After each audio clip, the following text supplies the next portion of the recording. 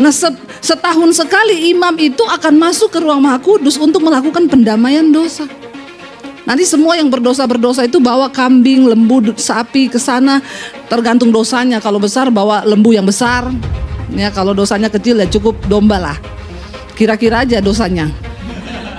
Saya bayangkan kalau Yesus tidak mati, habis semua itu sapi-sapi di pasar tidak cukup. Tidak cukup, sapi itu nggak cukup, pasti karena kan dosa semua kita ini toh. Dan bukan cuma itu, ribet saudara.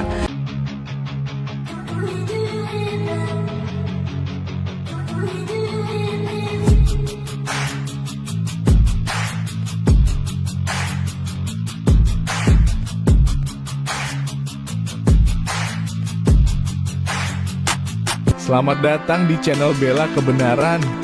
Kami hadir untuk memberikan informasi opini dan atau fakta terhadap situasi yang sedang terjadi. Mari dukung channel ini dengan cara menekan tombol subscribe dan bunyikan loncengnya. Terima kasih.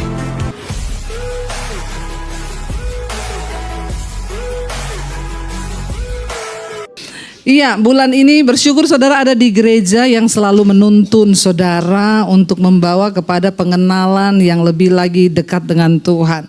Dan di bulan ini tema besarnya adalah power in the presence of God. Ada kuasa, ada kemuliaan, ada kekuatan di dalam hadirat Tuhan. Nah, kita akan belajar tentang hadirat Tuhan. Ya, memang ketika kita ada dalam pujian, penyembahan, seringkali kita merasakan hadirat Tuhan yang luar biasa. Kayak tadi kita menyembah itu, saya percaya yang besok mau jatuh tempo juga lupa toh. Amin apa amin. Iya toh, yang lagi berantem lupa, karena ya memang ada kuasa di dalam hadirat Tuhan itu. Ya, makanya semakin kita dalam hadirat Tuhan itu semakin kita kuat ya. Tapi kalau mau jatuh tempo jangan lupa bayar besok ya. Walaupun kita lupa sesaat. Makanya kadang-kadang saudara, ya kita ini kalau orang-orang yang sudah merasakan dalam hadirat Tuhan tuh mereka kadang gak mau lepas ya. Gak pengen jauh-jauh. Ya, dan Daud juga merasakan hal yang sama. Kita baca ayatnya hari ini dari 1 Tawarik pasal 16. Ayat 10 sampai ayat yang ke-11. Daud berkata begini saudara. Bermegahlah di dalam namanya yang kudus, biarlah bersuka hati orang-orang yang mencari Tuhan. Carilah Tuhan dan kekuatannya, carilah wajahnya selalu. Ya, ayat ini saudara diserukan oleh Raja Daud kepada semua orang yang ada pada hari itu. Ya, dan kita tahu cerita ini di dalam Tawarik 16 ini adalah satu kisah ketika Daud berhasil memindahkan tabut Allah ke Yerusalem. Daud adalah seorang yang sangat suka dekat dengan Tuhan, dia cinta hadirat Tuhan, ya, dan makanya Tuhan itu berkata bahwa Daud adalah seorang yang berkenan di hatiku, kata Tuhan. Wow, Daud dapat julukan itu loh, berkenan di hatiku. Kalau kita ini dapat perkenanan Tuhan tuh luar biasa saudara. Ya, makanya Daud itu dia suka dekat dengan Tuhan, dia cinta akan hadirat Tuhan. Ya, makanya dia menulis satu Mazmur, lebih baik satu hari di pelataran di bait Tuhan dalam hadirat Tuhan daripada 1000 hari ya di tempat yang lain. Karena Daud merasa hadirat Tuhan itu indah, hadirat itu penuh dengan kekuatan. Bahkan kita tahu bersama ketika Daud, ya, satu saat Samuel berkata kepada Isai bahwa ada salah satu anakmu laki-laki akan dilantik menjadi raja atas Israel. Tuhan akan mengurapi dia untuk kelak dia akan menggantikan raja Israel. Lalu Isai suruh semua anak laki-lakinya, besok kamu pakai baju, kita akan ketemu nabi besar. Ada salah satu dari kamu yang akan diurapi menjadi raja. Besok kamu pakai baju yang bagus semuanya. Lalu Daud tanya, Pak, aku pakai apa? Kecuali kamu ndak usah. Karena kamu gak ada tampang raja, besok kamu pergi gembalakan kambing domba. Alkitab bilang yang cuma beberapa ekor. Cuma beberapa ekor loh saudara. Tapi Daud gak membuat alasan untuk dia kepahitan kepada keluarga. Ya, kalau generasi sekarang itu disuruh begitu udah kepahitan itu. Ya, udah bikin status di Instagram, ya toh. Sudah apa? Aduh, besok kayaknya harus hubungi psikiater. Sudah stadium 3 nih. Ya, anak-anak muda zaman now kan begitu. Tapi Daud dikatakan dia pergi dengan sukacita, dengan bersuka hati. Dia pergi menggembalakan kambing domba yang cuma beberapa ekor itu, dan di sana dia nyanyi memuji Tuhan. Dia merasakan hadirat Tuhan. Ya, bahkan sampai akhirnya Samuel datang dan mereka semua di satu-satu lewat. Ketika Eliab lewat, wah, Samuel bilang ini pasti nih yang ganteng, tinggi, besar, bodinya prajurit banget, tentara, di tampang-tampang raja nih. Ya, pasti ini yang mau diurapi Tuhan jadi raja. Jadi saudara, ya, ketika lewat Eliab, Daud dalam hati bilang pasti ini orang yang akan diurapi Tuhan. Tapi Tuhan berfirman kepada Samuel, bukan dia engkau melihat apa yang depan mata, tapi Tuhan tuh melihat hati. Lalu lewat lagi satu, bukan sampai habis. Lalu Samuel tanya Isai, cuman ini anakmu laki-laki, masih ada satu. Tapi aduh, lu jangan tanya dia, nggak masuk hitungan, itu bukan potongan raja. Tapi Samuel bilang panggil dia, kita tidak akan duduk makan, acara ini tidak akan dimulai sebelum dia datang. Orang yang selalu tinggal dalam hadirat Tuhan, kamu tuh dicari loh sama Tuhan. Walaupun orang berusaha menutup pintu, menutup karir, menutup apapun, ya, tapi Tuhan cari kamu karena engkau ada di hatinya, amin. Ya, hadirat Tuhan itu bisa mengangkat hidup seseorang ketika kita mendapatkan perkenanannya. Ketika Daud akhirnya benar diurapi, tapi lewat perjalanan panjang, mau dibunuh, dikejar, ya Tuhan itu kalau saudara baca di Alkitab, semua orang yang dipenuhi hadirat Tuhan, yang akan dipakai Tuhan, itu enggak instan. Apakah setelah Daud diurapi terus besok dia langsung jadi raja? No, berapa tahun, puluhan tahun dia dilatih dulu, mau dibunuh Saul, jadi pembantu di istananya Saul. Kenapa Tuhan harus izinkan seperti itu? Ya, supaya kedagingannya dibentuk. Tapi orang anak-anak zaman sekarang kan pengen langsung hari ini dilantik, besok naik jabatan toh? Iya enggak? Kita lupa bahwa Tuhan itu Tuhan yang mencintai proses. Tapi manusia tidak mau diproses. Karena kalau diproses itu daging itu hancur. Tuhan tahu kenapa Daud diproses, Yusuf diproses. Karena untuk bisa naik ke puncak, saudara, bisa cepat lewat karunia, lewat perkenanan Tuhan. Tapi yang membuat kau bisa bertahan di atasnya itu cuma karakter. Yang harus dibentuk, harus dihancurkan. Nggak ada orang yang naik tanpa diproses Tuhan. Ya, kita harus lihat, jangan lihat Debbie Basir yang sekarang. Itu enak sekali ya, gara-gara media terus jadi terkenal. Ya, saya ini dari dulu di perempuan puluhan tahun belum ada IG waktu itu. Ya, makanya kalau ada yang bilang pendeta kok yang dipamerin yang enak-enak. Ya, pas ada enaknya, pas ada Instagram. Dulu saya susah, belum ada Facebook, belum ada Instagram. Saya naik motor bonceng anak 3 berlima dan naik motor, belum ada Instagram. Kalau ada waktu itu saya juga, saya live, saudara live. Puji Tuhan, hamba Tuhan naik motor berlima, ya toh. Ya, jadi dulu belum ada. Jadi dulu orang nggak lihat bagaimana puluhan tahun kita dibentuk Tuhan. Ya, jadi pembantu, dibuang, wah sudah semua, saudara. Tapi ya sabar aja, kalau diproses, orang yang dicintai Tuhan, yang ada dalam hadirat Tuhan, itu pasti diproses Tuhan. Ya, justru kalau hidupmu nggak pernah diproses, bertanya itu. Karena itu aku berdoa, Tuhan proses mereka ini. Bilang amin dong. Siapa takut gitu ya? Ya. Ya, jangan bilang salah pendeta lagi ini. Ya, jangan dengar iklan-iklan tentang kekristenan. Ikut Tuhan enak, percaya ya. Pasti kau diangkat tinggi, jadi kepala bukan ekor. Terus amin. Besoknya diproses kelepek-lepek kau. Ya, percaya sudah. Bahkan ketika kita ada dalam penderitaan, ya saya ketika ada pergumulan, ada penderitaan yang berat, yes Tuhan, aku percaya akan melihat kemuliaan yang besar. Gak apa-apa, proses aku Tuhan, hancurkan aku Tuhan, bahwa aku berharap lagi kepadamu. Karena kita kadang kalau udah gak ada pergumulan, udah gak serius berharapnya, udah gak sungguh-sungguh lagi sama Tuhan. Ya itu manusiawi, mau jemaat, mau pendeta, semua sama. Ya jangan bilang pendeta tidak, siapa bilang pendeta itu rohani terus. Kadang pendeta itu juga perlu bertobat. Ya, jadi Tuhan mencintai proses dan orang-orang yang ada di hatinya itu memang harus diproses. Ya, bahkan kita tahu kejatuhan Daud justru ketika Daud sudah jadi raja. Iya enggak? Ya, waktu dia belum jadi raja dia dekat sama Tuhan, dia berdoa, dia cari Tuhan.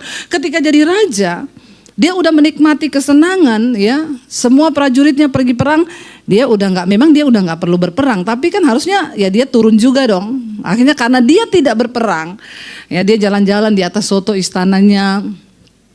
Alkitab bilang lalu dia lihat di bawah ada perempuan mandi. Ya, dia lihat rambutnya ikal, kecoklatan, bodinya seksi. Jangan dibayangkan bapak-bapak. Saya lihat kau sudah mulai angkat kepala. Jangan ya dek ya. Jangan ya. Itu kan sebenarnya cuma perkara mandi tuh. Nggak ada salahnya. Memang siapa ini namanya? Siapa namanya? Mulan, bukan. Betseba ya mandi itu memang dia tiap sore mandi di situ toh. Tapi kan cuma gara-gara mandi itu akhirnya terjadi satu dosa yang besar yang menghancurkan satu bangsa loh. Yaitu kalau orang sudah nggak berperang, sudah nggak ada pergumulan, terlalu senang kadang jatuh. Makanya ya kalau Tuhan izinkan masih ada pergumulan, bersyukur. Siapa yang lagi ada pergumulan? Cuma sedikit ya. Ampuni mereka Tuhan. Yang tidak ada pergumulan ini kasih pergumulan Tuhan. Biar imannya bangkit kembali. Biar hidup kembali rohnya. Jangan terlalu senang saudara hidup ini. Kita tahu bersama waktu Daud sudah menjadi raja. Ini Pak Gem ketawanya belakangan ya. Saudara ketika Daud sudah menjadi raja. Daud berkata begini, aku udah bangun istana nih yang mewah, yang besar, yang megah. Ya ini kok Tuhan cuma tinggal di tenda. Cuma tabut Allah itu cuma digeletakkan begitu aja di tenda. Ini nggak bener ini. Aku harus bawa tabut itu. Di mana aku berada di situ tabut ini berada. Karena tabut Allah di perjanjian lama dulu itu melambangkan kehadiran Tuhan. Kemanapun bangsa Israel pergi mereka harus bawa tabut itu. Bahkan ketika pertempuran tabut itu ada pasti mereka menang saudara. Siapa yang tahu isi tabut Allah itu? Ada sepeda di bawah. Dari Pak Yosua. Ini sepedanya banyak. Tinggal pilih aja merek apa itu. Haleluya ya. Karena banyak orang kesana tidak tahu isi tabut Allah itu apa. Ya. Ada apa di dalam tabut Allah? Sama tongkat Musa, tongkat Harun yang berbunga. Siapa tadi yang jawab itu? Hubungi Pak Yosua, ada sepeda, silakan ambil di rumahnya ya. Tapi yang lain tidak tahu loh. Ampuni mereka ini Tuhan. Udah pada berkumis, berjenggot-jenggot nih orang Kristen di sini, tapi nggak tahu itu isinya tabut Allah apa. Bertobat kalian ya. Makanya ikut sel-sel grup supaya bertambah imannya. Kalau ada duit ke Israel sana. Biar tahu, oh ternyata kisahnya Alkitab itu seperti ini gitu ya. Lalu di situ ketika ada loh batu 10 perintah Allah di dalam tabut itu ada tongkatnya Harun yang berbunga dan ada buli-buli berisi mana. Pada waktu itu Tuhan bilang sama Musa, kamu bikin tabut yang luarnya berlapis emas, ada kerup, dan Musa mendapat tuntunan Tuhan. Kamu masukin itu kemanapun engkau pergi, bawa. Ini adalah lambang kehadiran Tuhan. Ketika bangsa Israel akhirnya terus mereka berjalan sampai kepada zaman pemerintahannya Daud menjadi raja. Daud bilang saya harus bawa tabut itu. Niatnya bagus tapi caranya nggak benar. Ketika tabut itu dibawa, kereta yang memuat tabut itu tergelincir. Lalu Usa mencoba menolong. Dia mati terbakar api Tuhan. Karena Tuhan itu kudus banget saudara. Kalau orang gak kudus mati langsung. Zaman perjanjian lama. Bahkan sebelum Tuhan Yesus datang, itu imam-imam akhirnya Daud di Yerusalem, Daud bangun kerajaannya dan akhirnya tabut Allah itu sampai ke Yerusalem. Daud bilang, Tuhan aku pengen bangun rumah untukmu. Tuhan bilang, bukan kamu yang akan bangun karena tanganmu itu sudah berlumuran darah. Daud banyak bunuh Orang ketika dia berperang dulu dan mendapat daerah-daerah itu dimasuki oleh Daud, direbut. Tuhan bilang nanti anakmu yang akan bangun Salomo. Dan ketika dibangun, ya kenapa ada bait Allah sampai hari ini tuh yang masih ada di Yerusalem reruntuhannya. Itu kan untuk tempat simpan tabut Allah di ruang Maha Kudus. Nah setahun sekali imam itu akan masuk ke ruang Maha Kudus untuk melakukan pendamaian dosa. Nanti semua yang berdosa itu bawa kambing, lembu, sapi ke sana, tergantung dosanya. Kalau besar bawa lembu yang besar. Ya kalau dosanya kecil ya cukup domba lah. Kira-kira aja dosanya. Saya bayangkan kalau Yesus tidak mati, habis semua itu sapi-sapi di pasar tidak cukup. Tidak cukup, sapi itu nggak cukup. Pasti karena kan dosa semua kita ini toh. Dan bukan cuma itu, ribet saudara. Nah imam itu harus masuk untuk percikan darah itu di ruang Maha Kudus. Nah imam tuh kalau masuk kakinya diikat tali, dipakein lonceng. Imam kalau tidak kudus dia mati di ruang Maha Kudus. Jadi yang di luar cuma dengar loncengnya masih bunyi, oh hidup aman kudus. Kalau nggak bunyi, aduh udah jenazah nih, innalillahi, ditarik udah mati saudara. Makanya zaman dulu imam kalau besok dia mau bertugas, bahkan saya baca di Alkitab mereka takut tidur, takut mimpi basah, karena dia nggak kudus lagi, besok mati tuh. Ya bayangkan kalau Yesus nggak mati buat kita sampai hari ini. Saya tadi bilang, waduh kalau gitu kita yang pelayanan di mimbar nih nggak kudus, tiap minggu pasti banyak jenazah di gereja. Maka di luar gereja sudah ada ambulans yang menunggu. Benar nggak? Ya untung Tuhan Yesus tuh mati, tapi bukan berarti Yesus mati terus kita santai-santai, udah aman. Ya aman sudah, kita biar bikin dosa. Sekarang kan orang pelayanan enak saudara. Main musik, nggak tahu tadi malam abis ngapain, datang main aja, nggak mati, aman. Ya, singers, worship leader aman. Ya, biar dia abis selingkuh, abis berzina, tadi malam abis ketemu sama boti, itu nggak ada yang tahu tuh. Yang homo nggak ada yang tahu, yang lesbi nggak ada yang tahu, yang ani-ani nggak ada yang tahu. Ya, ani-ani no, simpanan bertobat. Saya coba mengumpan loh ini. Harusnya bilang no juga loh, malah yes. Ini ani-ani sama simpanan itu sama aja, 11-12 ya. Jangan kau bilang yes. Jadi kan aman semua kan, nggak ada yang tahu. Abis mau dosa, bahkan pendeta pun yang khotbah nggak tahu tadi malam abis ngapain kan. Nggak ada yang mati toh, khotbah lancar toh. WL juga lancar, pemain musik lancar, singers lancar. Tapi di zaman kasih karunia, Tuhan Yesus bilang, nanti di akhir zaman aku baru akan terus terang padamu. Nanti tetap akan ada pemisahan saudara. Jangan pikir enggak, cuma kita hidup di zaman kasih karunia sekarang. Artinya apa? Enggak langsung mati. Matinya lama. Karena ada dikasih kesempatan bertobat. Karena Alkitab bilang Tuhan itu tidak berkenan pada kematian orang fasik, tapi pada pertobatannya. Makanya kalau ada temanmu yang jahat, tetanggamu jahat, jangan kau doakan dia mati. Itu tidak sesuai firman. Karena Alkitab bilang Tuhan tidak berkenan pada kematian orang fasik, tapi pada pertobatannya.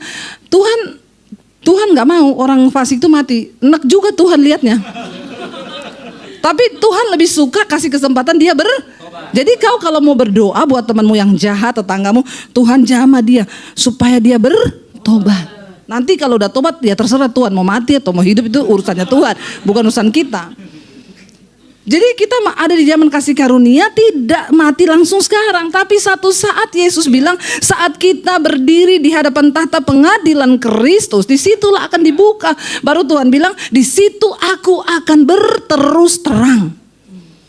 Ya, bahwa aku tidak kenal kamu pembuat dosa.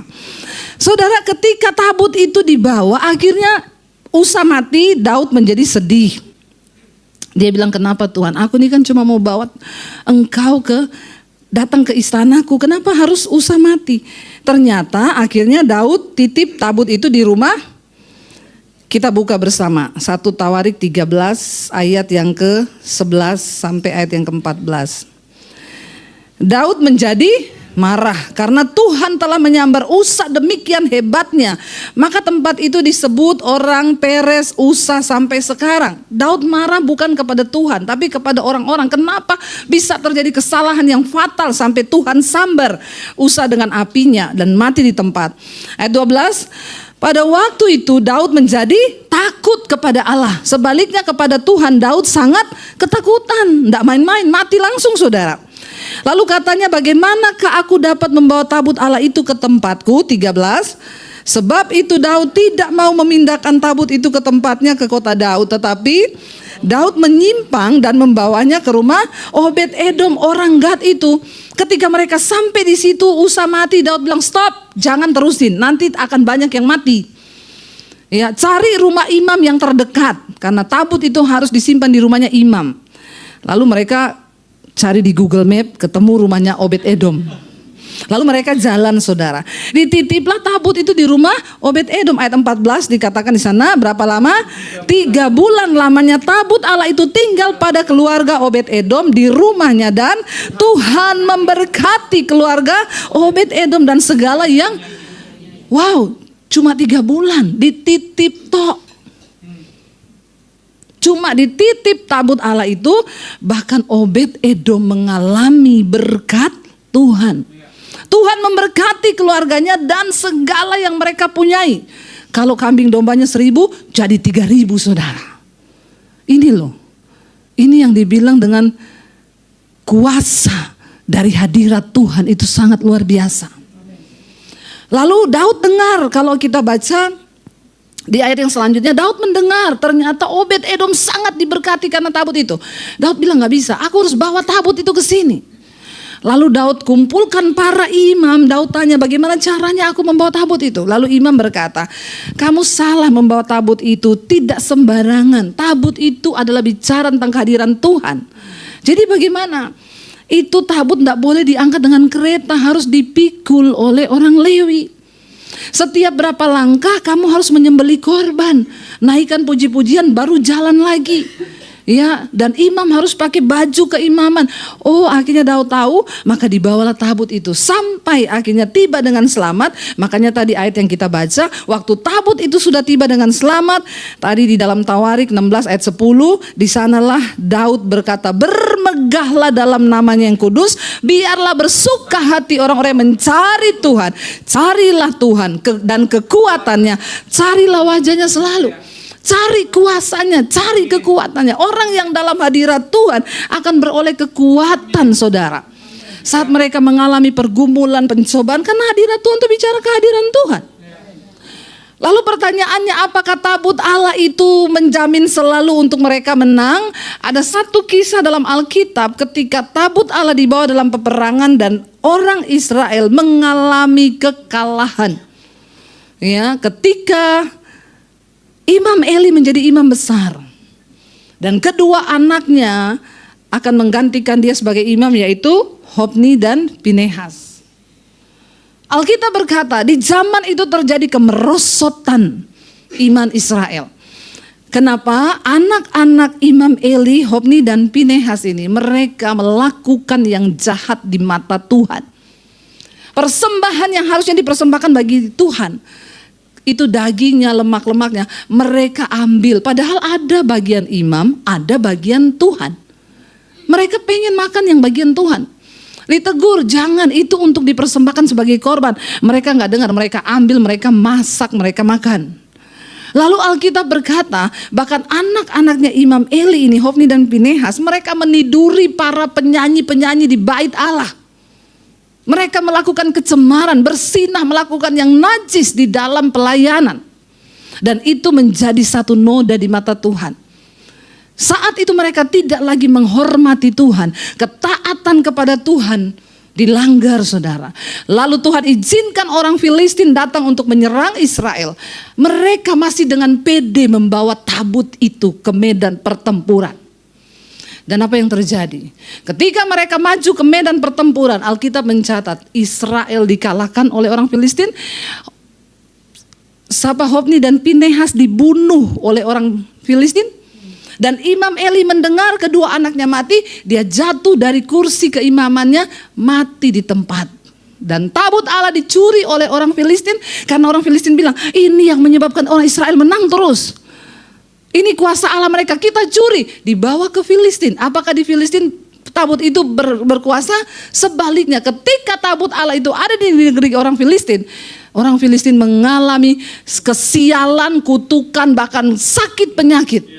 Sampai mereka menjadi takut dan mereka bilang, balikin cepat, balikin kepada orang Israel tabut ini. Karena ini membawa kesialan. Kenapa orang Israel tidak lagi mengalami kemenangan ketika mereka membawa tabut itu? Karena mereka hanya menjadikan tabut itu sebagai jimat. Amin saudara. Tabut Allah tanpa ketaatan dan pertobatan tidak akan memiliki kuasa dalam kehidupan. Kalau kita cuma jadi segala sesuatu jadi jimat. Banyak orang Kristen tuh pakai nama Yesus cuma jadi jimat. Iya enggak? Ya. Dalam nama Yesus. Tuhan, aku pengen menikah sama bapak itu. Walaupun dia beristri dalam nama Yesus. Ini kan setan saudara. Ya kau salah pakai nama Yesus. Banyak orang itu pakai nama Yesus cuma buat jadi jimat. Pakai kalung salib besar. Ya, nanti kalau lewat di tempat gelap-gelap dikeluarin salibnya supaya setan lihat lari setan. Ya, di rumah ditaruh salib gambar foto Yesus supaya kalau ada setan. Ada orang-orang aneh. Ada saya masuk ke rumah, dia baru punya baby, di atas bayinya ada Alkitab, ada gunting, ada cermin. Saya tanya itu kenapa? Supaya kalau setan mendekat lari. Ada di sini yang masih begitu? Tolong angkat tangan. Kita baptis 15 menit kau ya, direndam. Biar buka mata langsung di rumah Bapa di surga kau. Kalau nggak mempan juga kita baptis di laut mati. Ngapung, nggak bisa tenggelam itu.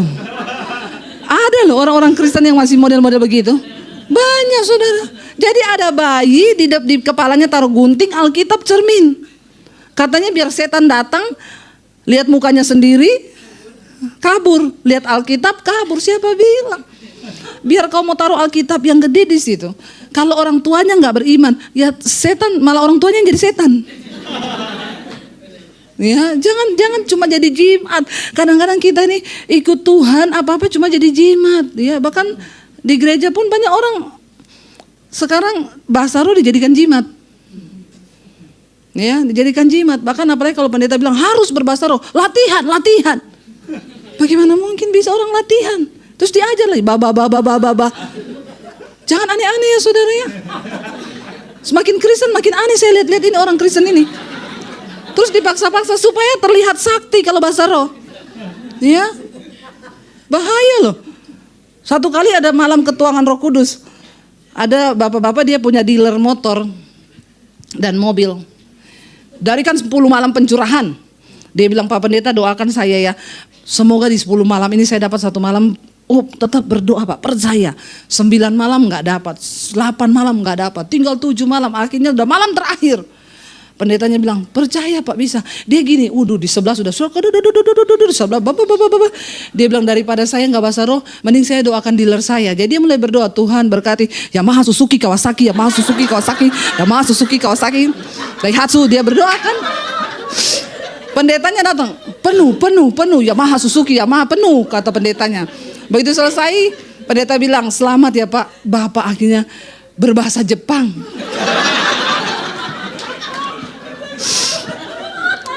Nggak usah aneh-aneh ya, nggak usah aneh-aneh.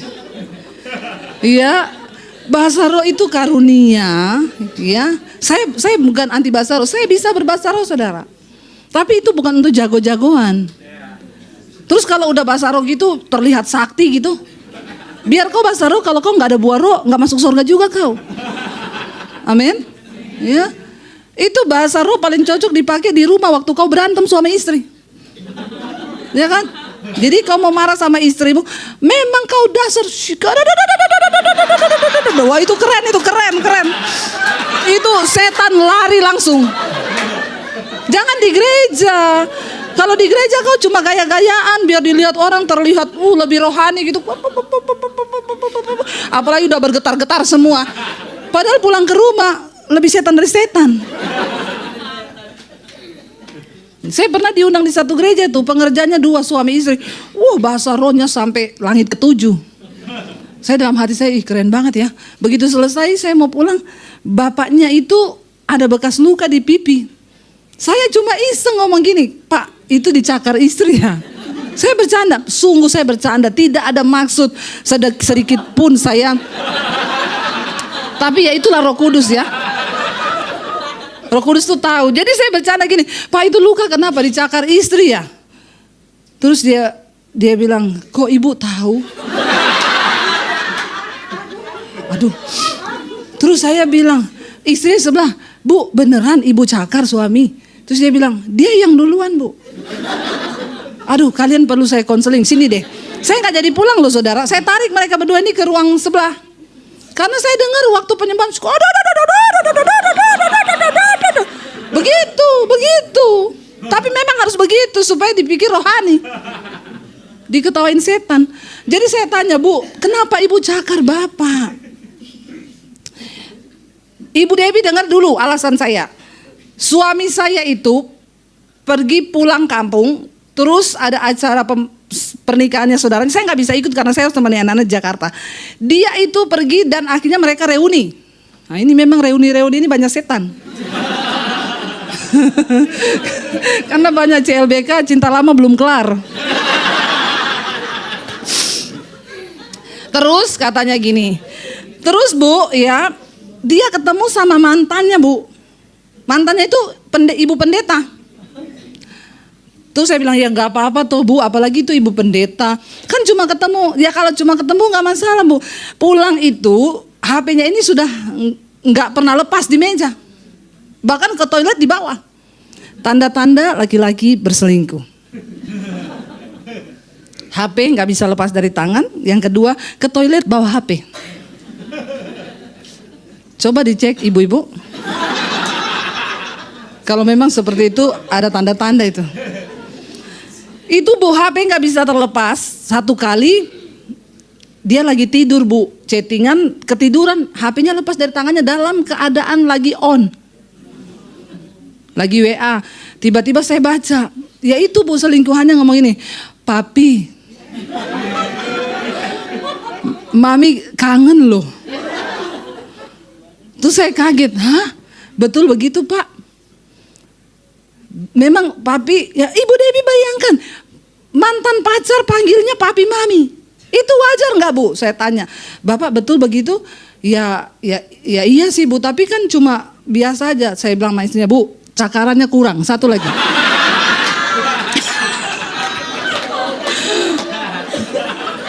Pipi sebelah lagi Bu, pipi sebelah.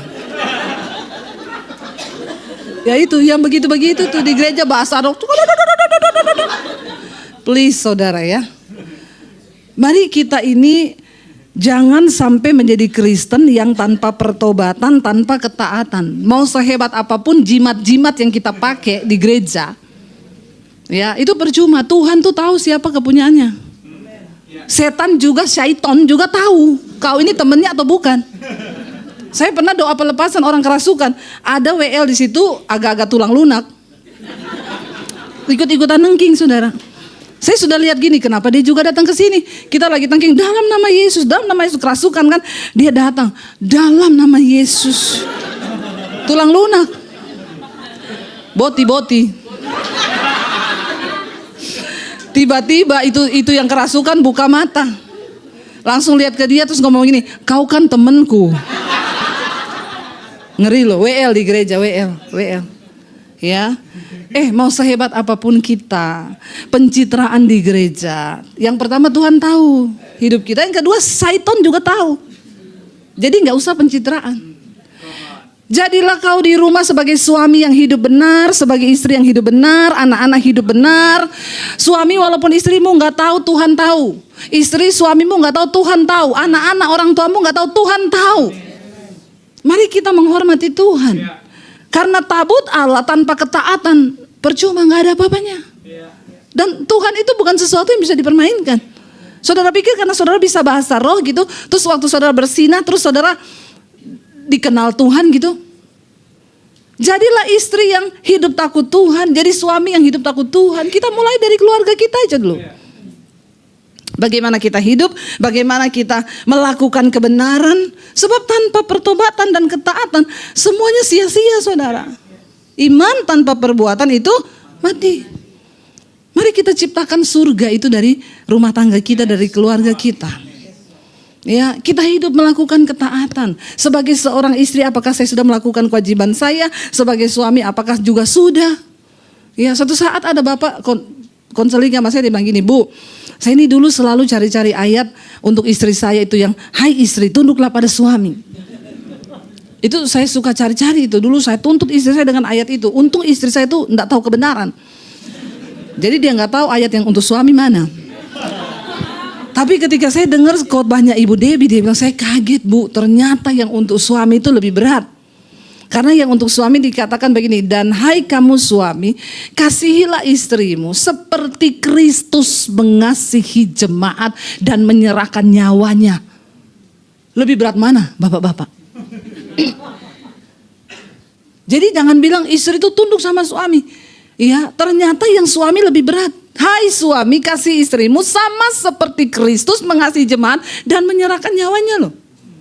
Jadi saya bilang bapak-bapak, kau tuh enggak usah suruh-suruh istrimu tunduk. Kalau kau mengasihi istri seperti Kristus mengasihi jemaat, enggak usah kau suruh tunduk.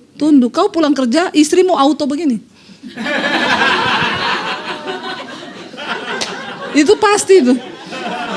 Langsung tuh kau pulang kerja dia udah begini. Karena kau menjadi suami yang mengasihi. Tapi kalau enggak ya sampai di neraka pun juga nggak bakal. Ya, saya tadi cerita ada istri yang bilang sama suaminya gini, Pak, kalau aku mati nih ya, aku duluan mati, terus kamu kawin lagi misalnya ya, terus istrimu itu juga mati. Aku mau tanya kamu ya, nanti di sorga kau pilih aku atau dia? Kasihan ya, memang bapak-bapak ini kasihan. Suaminya lagi makan nih, jawab Pak, jawab sekarang.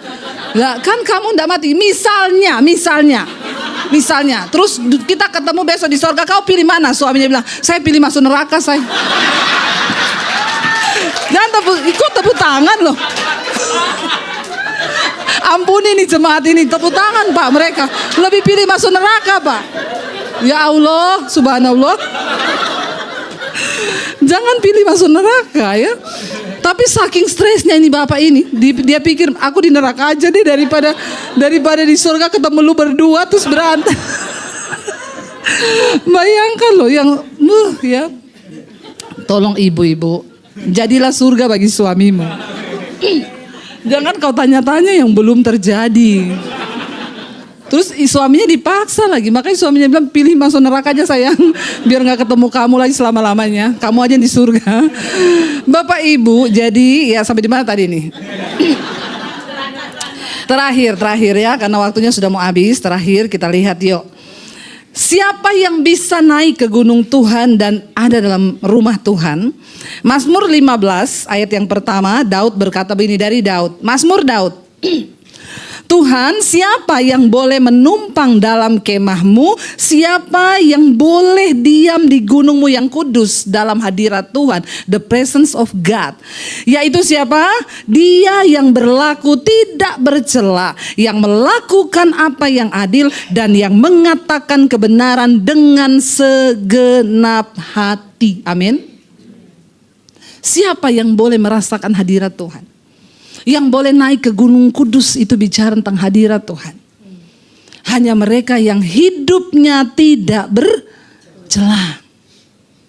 Mereka yang hatinya yang melakukan apa yang adil dan yang mengatakan kebenaran dengan segenap hati. Kita ada di zaman kasih karunia, tapi bukan berarti tidak ada penghakiman. Kasih karunia itu adalah kesempatan untuk kita ini bertobat. Kita tidak langsung mati, tidak. Tuhan tunggu sampai hari ini bertobat. Sebelum terlambat, mari kita bertobat. Saya undang para imam musik, Bapak Ibu, biar Tuhan memampukan kita untuk melakukan apa yang menjadi kehendak Tuhan selama kita hidup.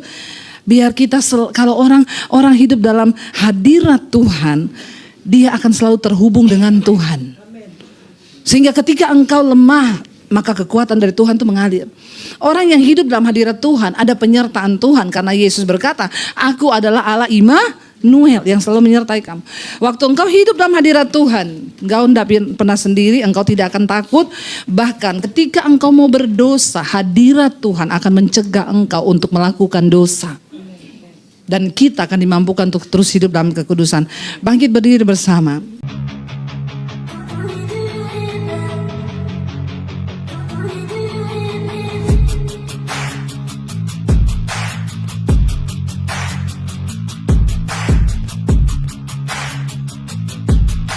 Terima kasih sahabat sudah menyaksikan tayangan kami hari ini. Tuhanlah yang membalas dan memberkati kita semua. Apabila sahabat diberkati, marilah kita dengan murah hati untuk share video ini kepada teman-teman kita yang lain, kepada grup-grup keluarga dan sebagainya. Dan jangan lupa meninggalkan komentar di bawah video ini, serta menekan tombol subscribe video kami, sehingga sahabat tidak ketinggalan video-video terbaru dari kami. Terima kasih. Tuhan Yesus memberkati kita semua. Dan dengarkanlah firman Tuhan singkat ini. Mintalah maka akan diberikan kepadamu. Carilah maka kamu akan mendapat. Ketuklah maka pintu akan dibukakan bagimu. Kita harus melakukan sesuatu sampai sesuatu itu akan terwujud atas hidup kita. Minta, cari dan ketuklah, maka Tuhan pasti membukakan pintu. Lukas 18 ayat 1. Yesus mengatakan suatu perumpamaan kepada mereka untuk menegaskan bahwa mereka harus selalu berdoa dengan tidak jemu-jemu. Kita berdoa dengan tidak jemu-jemu. Terus minta maka pasti akan diberikan. Tuhan Yesus berkata, karena itu aku berkata kepadamu, apa saja yang engkau inginkan ketika engkau berdoa, percayalah bahwa engkau telah menerimanya dan engkau akan memilikinya. Amini ayat firman Tuhan ini, bahwa Tuhan pasti memberikan segala sesuatu yang kita butuhkan. Semoga Allah, sumber pengharapan, memenuhi kamu dengan segala sukacita dan damai sejahtera dalam iman kamu, supaya oleh kekuatan Roh Kudus kamu berlimpah-limpah dalam pengharapan. Terima kasih.